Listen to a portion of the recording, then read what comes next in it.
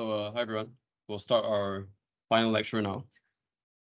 So today's lecture is about large language models, about retrieval-augmented generation, and about LangChain. It basically covers the kind of latest and greatest. I would say that's kind of like capturing everybody's attention in the ML world right now. And what we want to do really today is discover how deep learning converge until what we have today, and also how to build platforms using like this latest technologies. So last week we talked about building ML lifecycles. We covered a bit of how to use tools like MLflow to do experiment tracking. And we also went through how you would create infrastructure to host your own experiment tracking server using AWS. So this is the generic enterprise data architecture, and we've gradually built out the entirety of it over the past few weeks.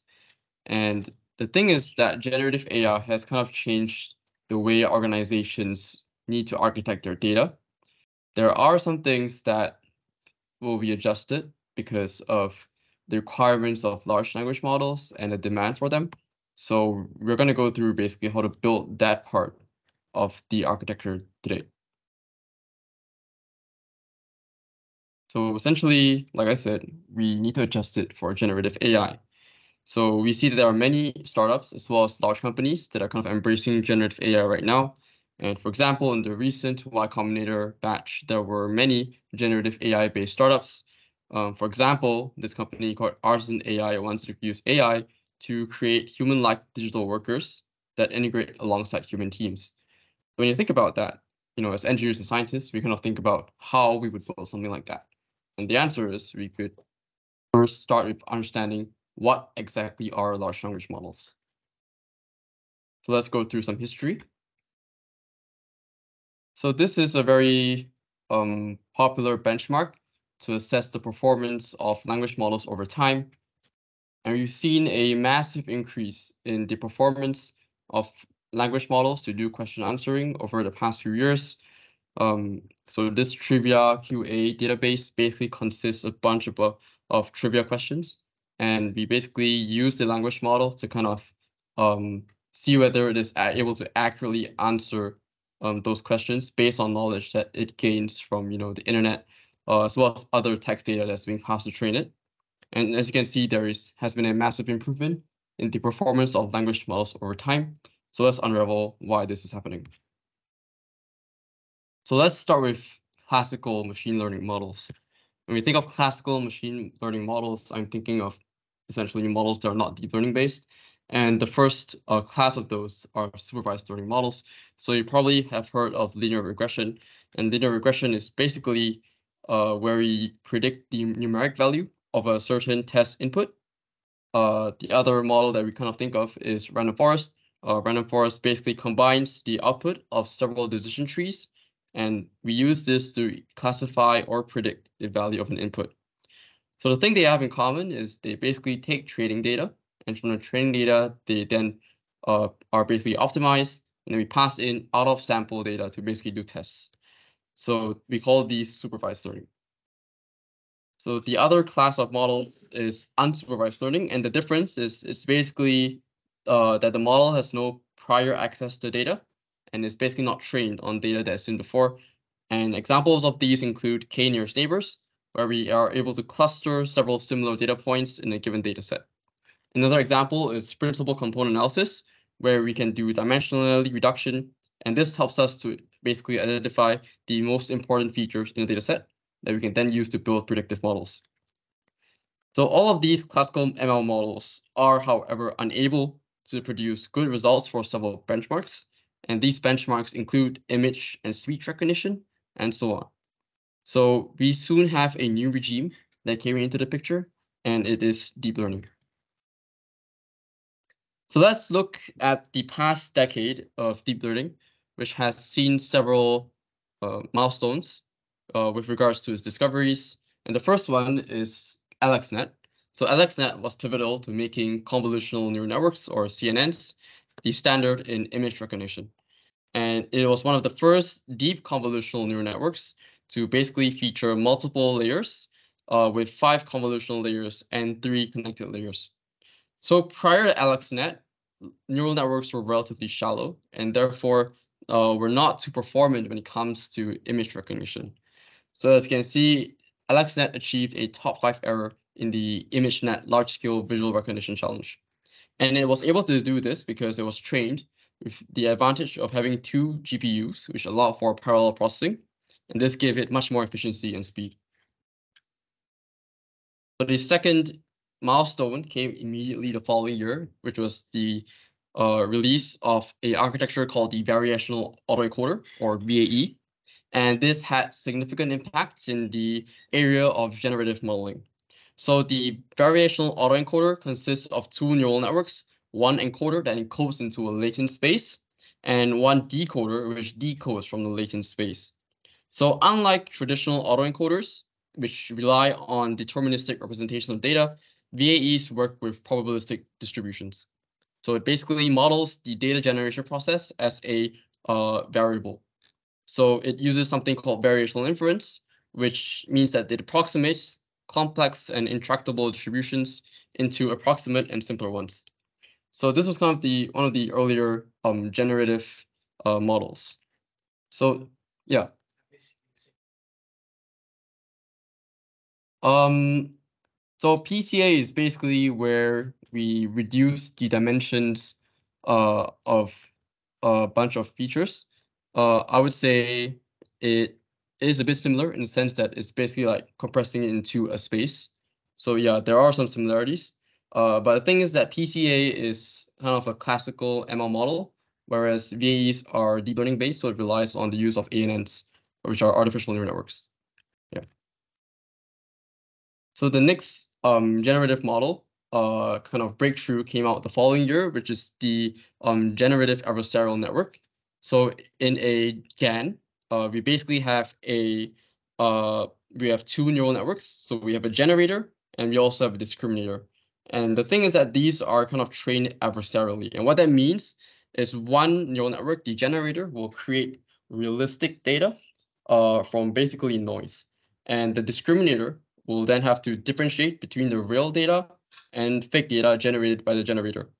So as training progresses, these kind of compete in a zero-sum game, and eventually the generator will gradually improve its ability to generate realistic data because it wants to fool the discriminator.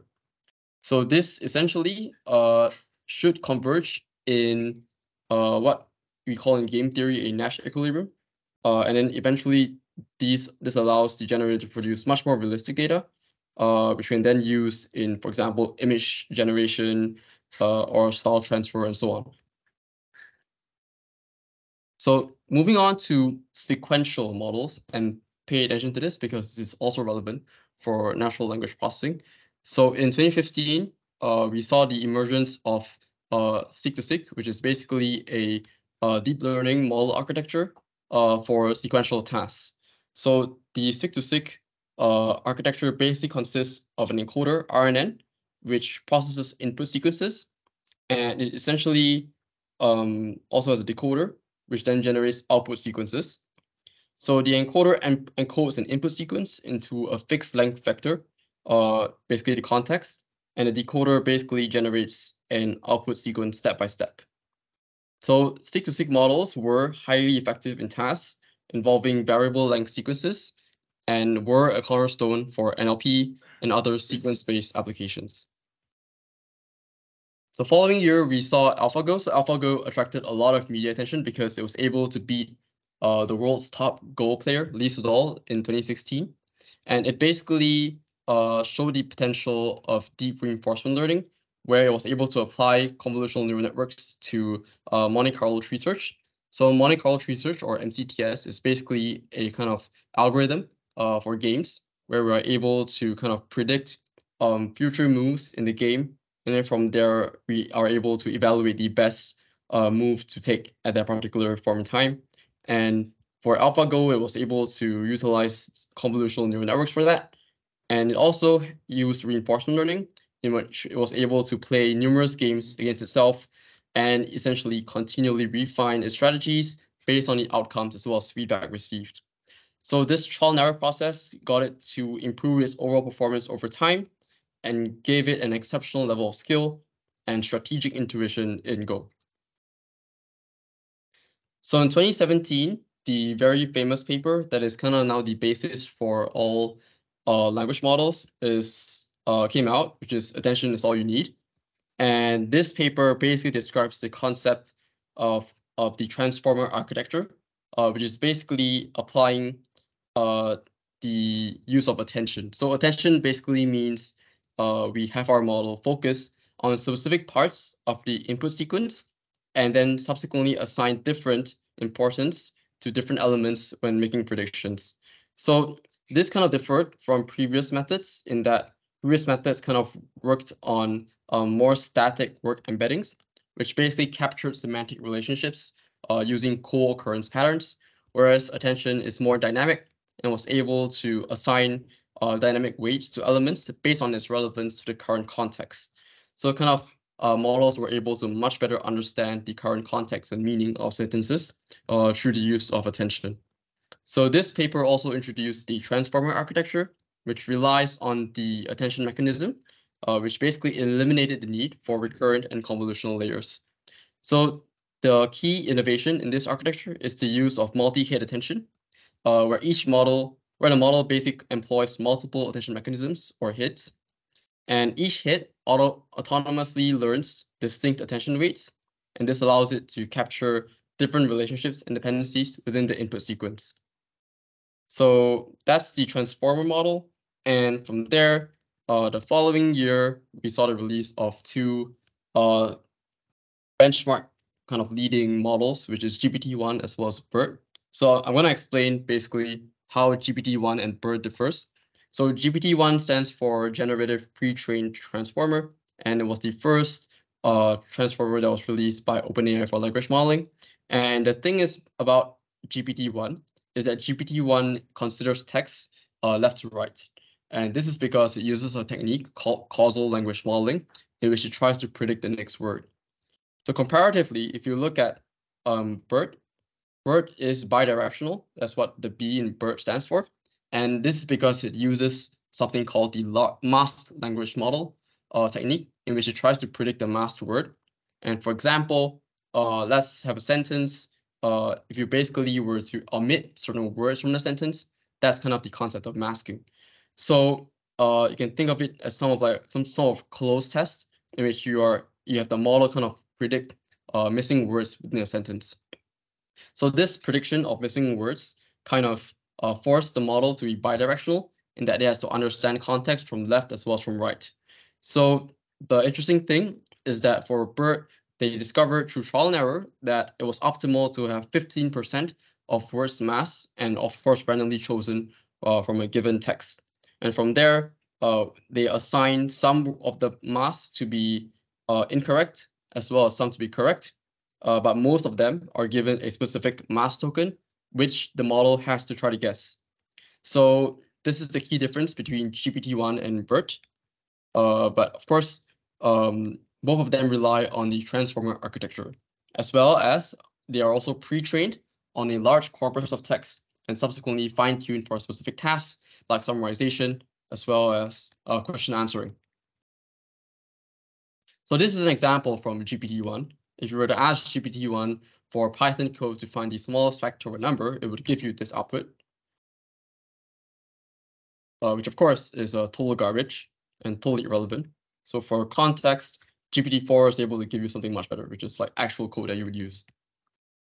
So let's look at how GPT-1 evolved to GPT-4. We start with GPT-2's release in 2019. So the key difference between GPT-2 and 1 is that GPT-2 relies on much more parameters. So if you saw previously, GPT-1 had about 100 million plus, GPT-2 had 1.5 billion parameters. So therefore, it had a much larger corpus of text to train on, and therefore kind of shows the potential of large language models to kind of be unsupervised multitask learners in that they're able to perform extremely well at common NLP benchmarks. GPT-3 came out the following year, which significantly increased the amount of parameters that it used. It uses 175 billion. and kind of prove that language models can scale with the size of the data set, as well as the size of the model and computation. So it kind of proved that with enough data, large language models are able to solve tasks that are not seen before. And with few-shot learning, which I'll cover later, it is able to perform significantly well when it comes to unseen tasks. So one thing that the authors noted in the paper was that as models got bigger, they kind of had to be smart and clever with how they trained our model in parallel, because the model was just that large. So 2 years later, OpenAI released a paper called where they had to train language models to follow instructions with human feedback. And this kind of introduced the concept of reinforcement learning with human feedback. And what that means is that in traditional reinforcement learning, the agents learn from their own interactions with the environment, and then they receive rewards or penalties based on their actions. However, this kind of requires substantial trial and error with real-world data, which can be time-consuming and even risky.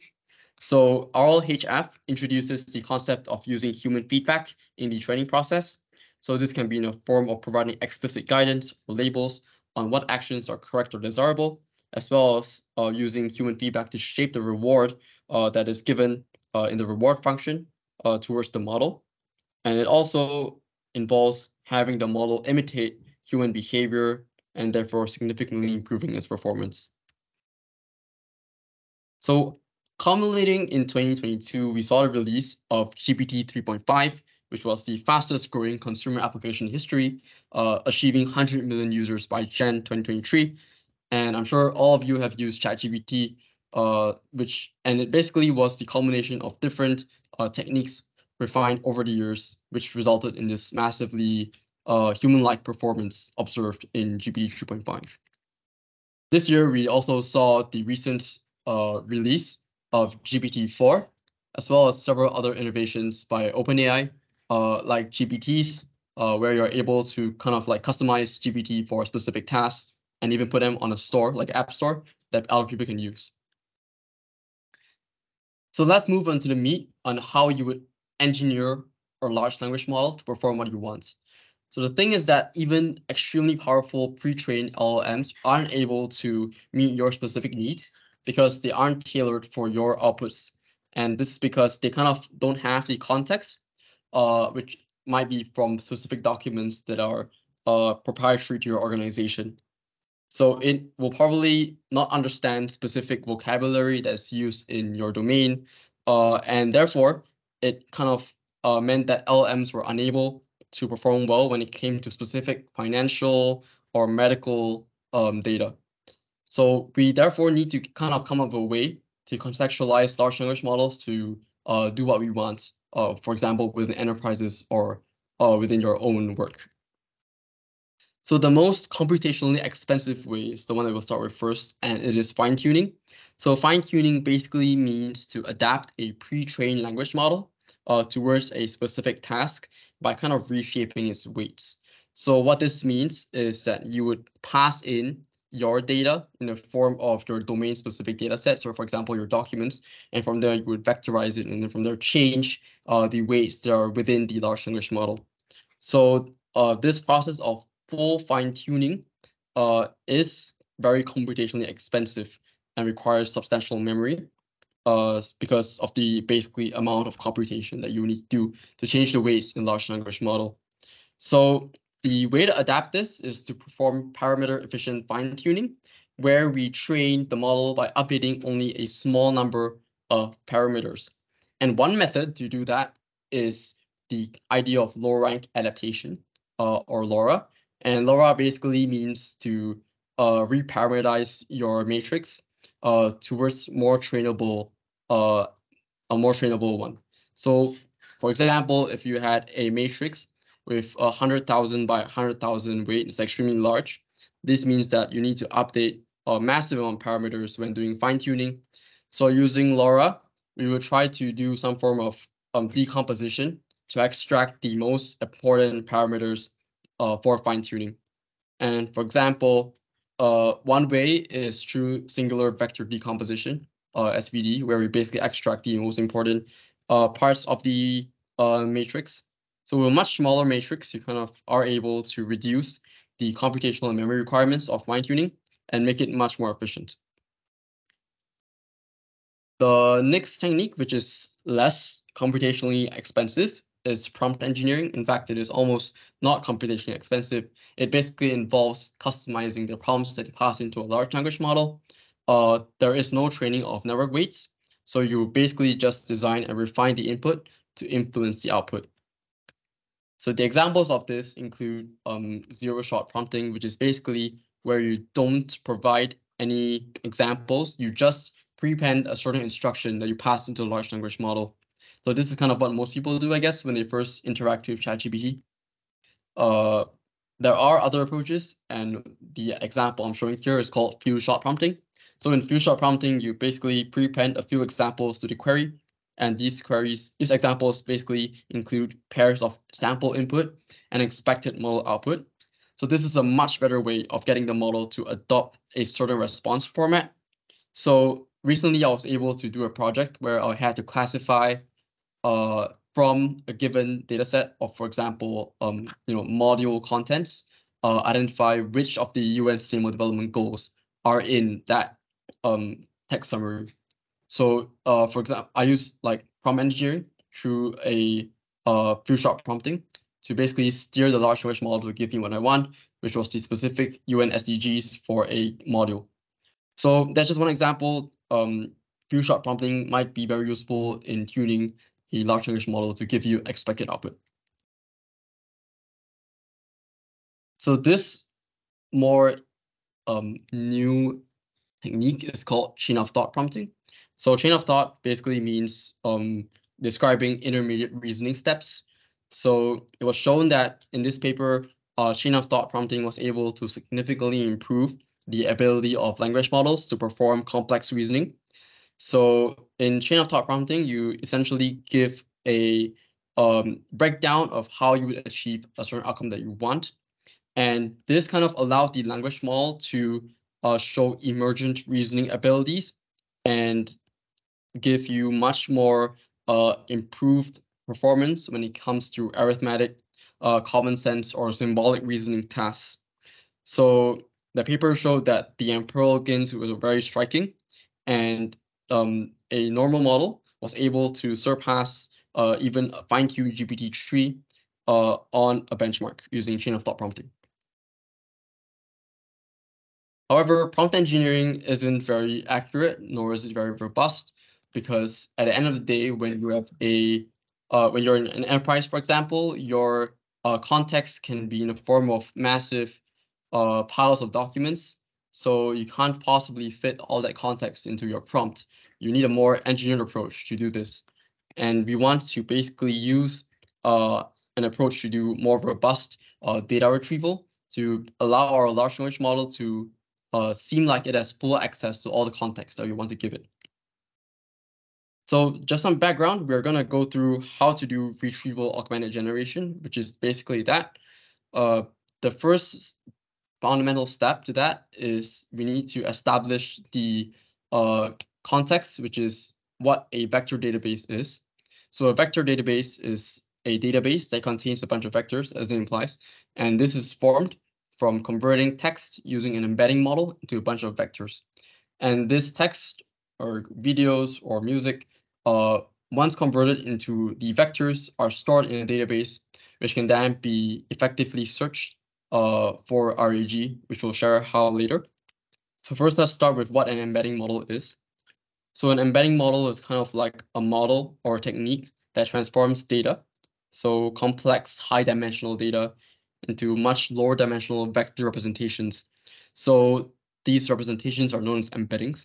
And these embeddings encode meaningful information about the input data into a numerical format.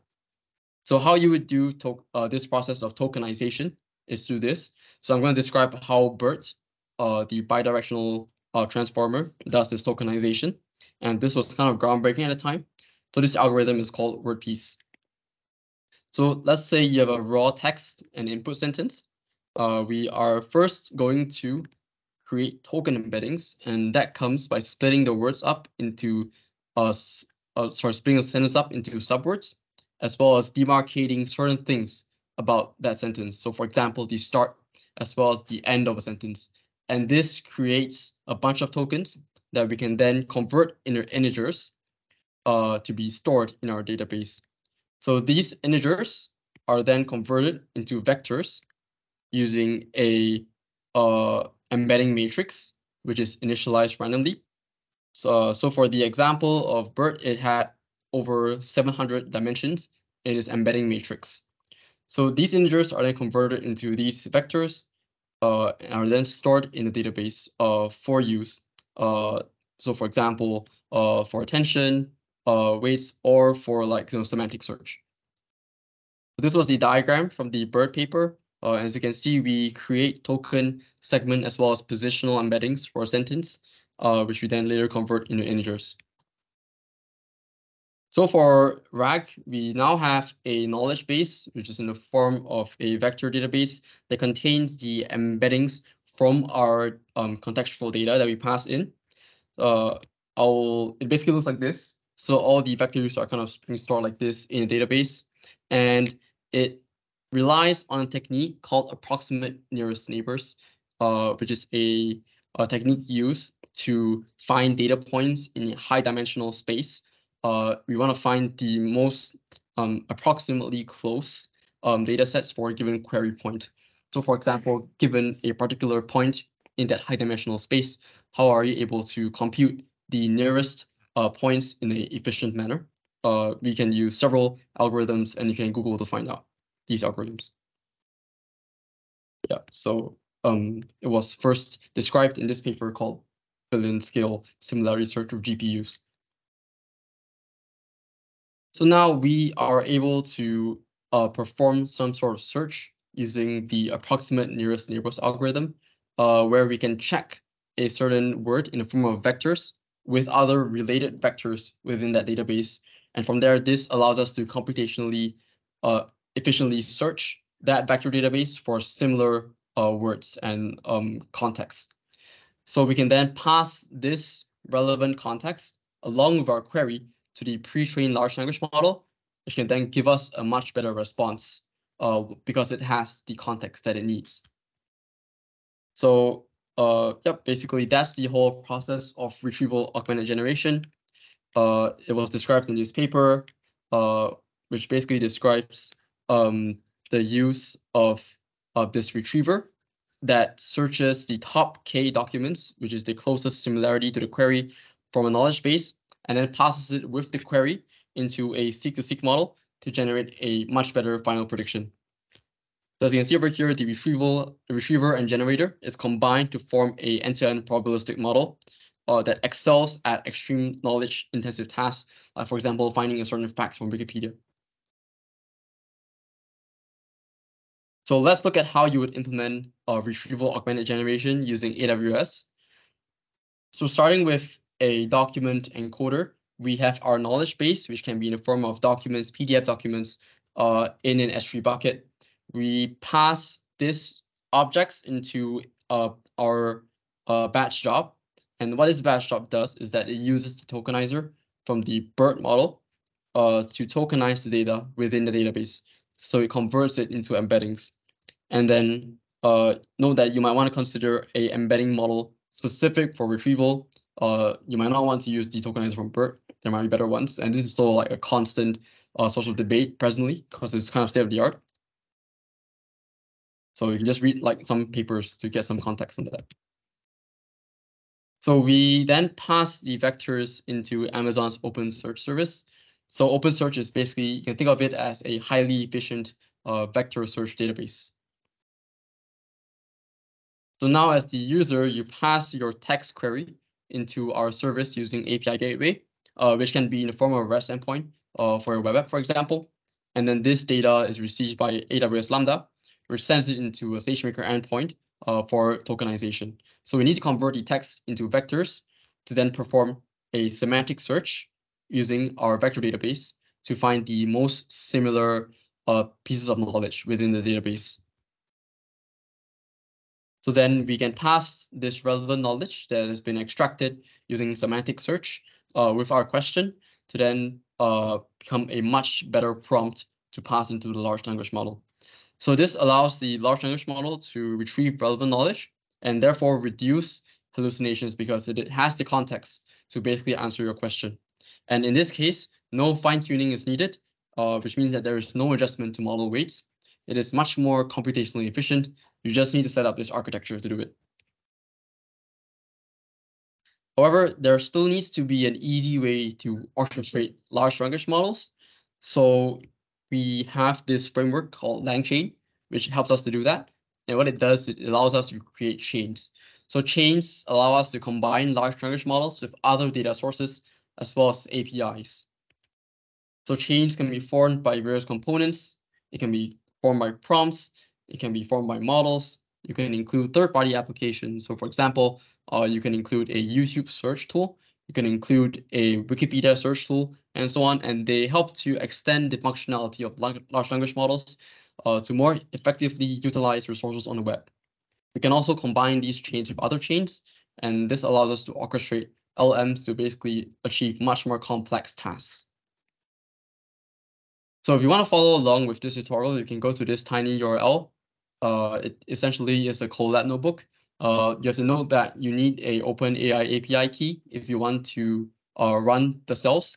So if you have that, you can just like follow along. If not, you can just look at the code.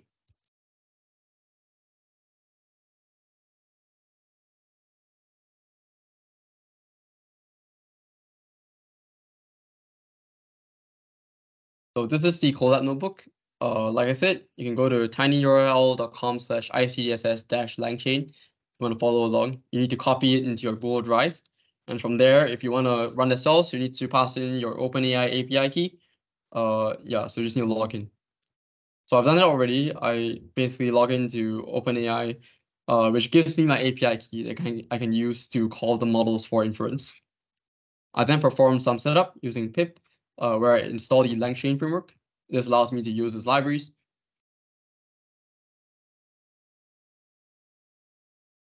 So over here is an example of what we call a sequential prompt, a sequential chain. So what a sequential chain is, it basically is, imagine you were having, you want one large language model to kind of talk to another.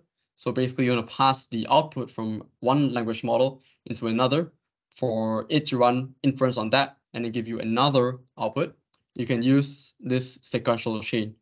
So how that looks over here is basically you are able to create prompt templates in LangChain. So prompt templates, you can think of like when you ask questions into ChatGPT, imagine if you want to ask the same question repeatedly, but only change one small part of that, you can use a prompt template. And essentially it's just like a bunch of text with a variable.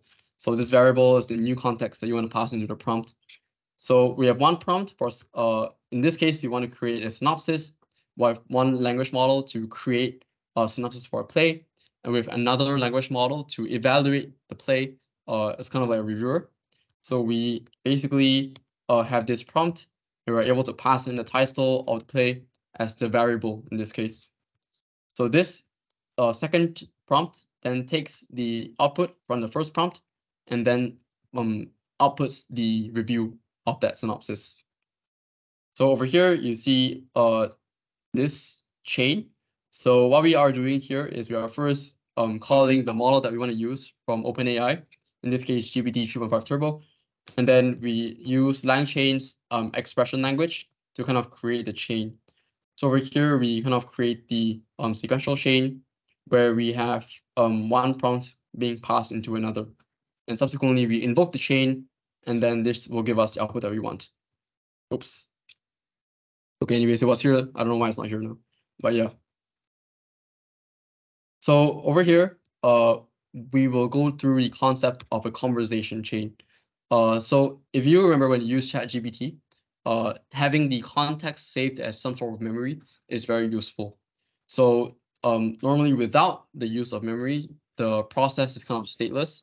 So it's not able to save the state of a current conversation. But if you were to use memories, which is one library in LangChain, you're able to kind of save some context that you can later use for further inference. So over here, we introduce the concept of a conversational chain. And in this case, we are able to orchestrate a conversation as well as have memory within that conversation using LangChain. So over here, we have the conversation summary buffer memory. And what it is, it saves a kind of buffer within the conversation that it can use as memory to understand what is happening or what has happened within the conversation. So, okay, it's kind of weird that doesn't show up over here. But basically, over here, we kind of start the conversation chain. We indicate which large language model we want to use, and then we subsequently pass in an input into this. So we pass in, for example, hi, what's up into the large language model, and then it basically uses output. So a key thing to take note is if you were to basically print out, you can print out a summary. So when you run this, it will first like indicate, what has happened previously in the conversation in a form of summarized manner. So basically this kind of shows that it has stored some context that you can then use for better inference. Let's go back to the slides.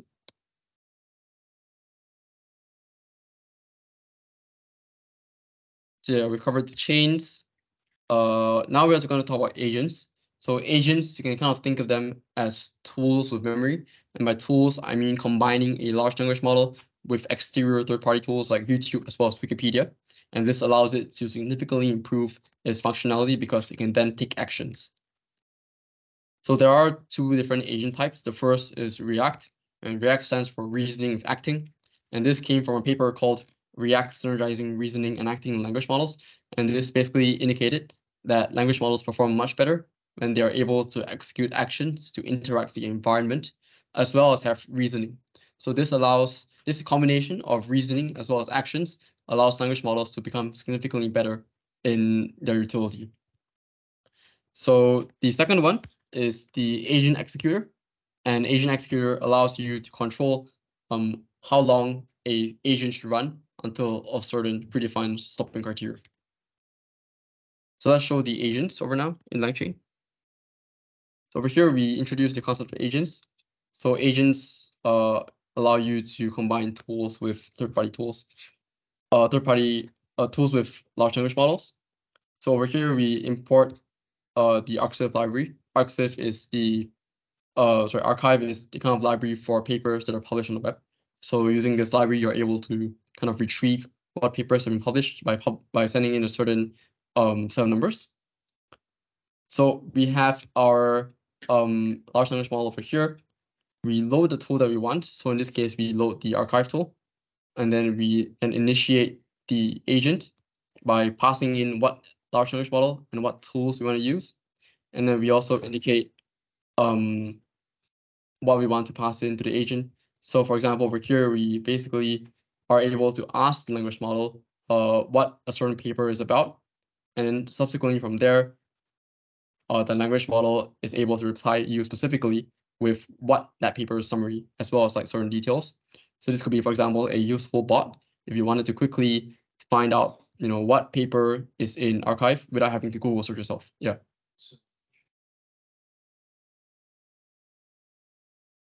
Yeah, so there are different third-party integrations with LangChain.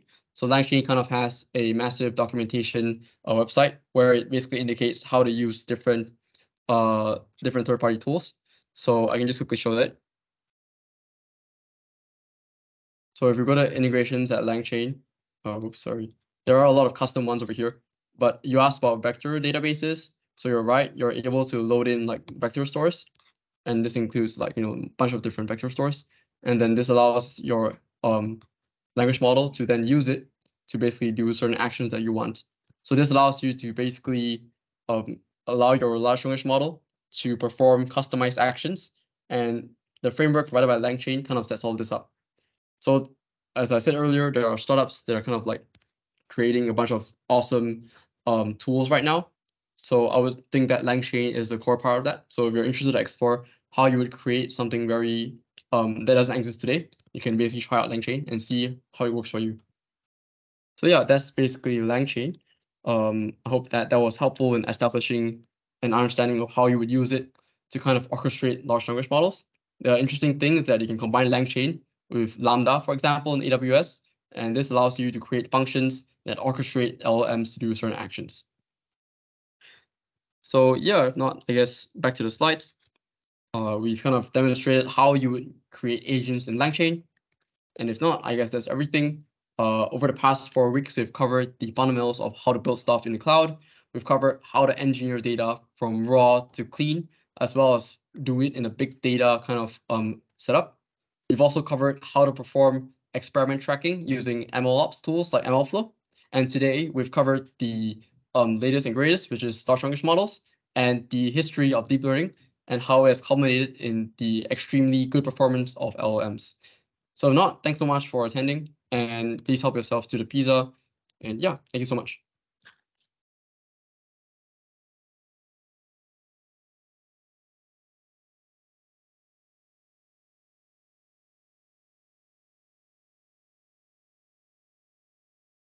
Yeah, so this is going to be put on YouTube.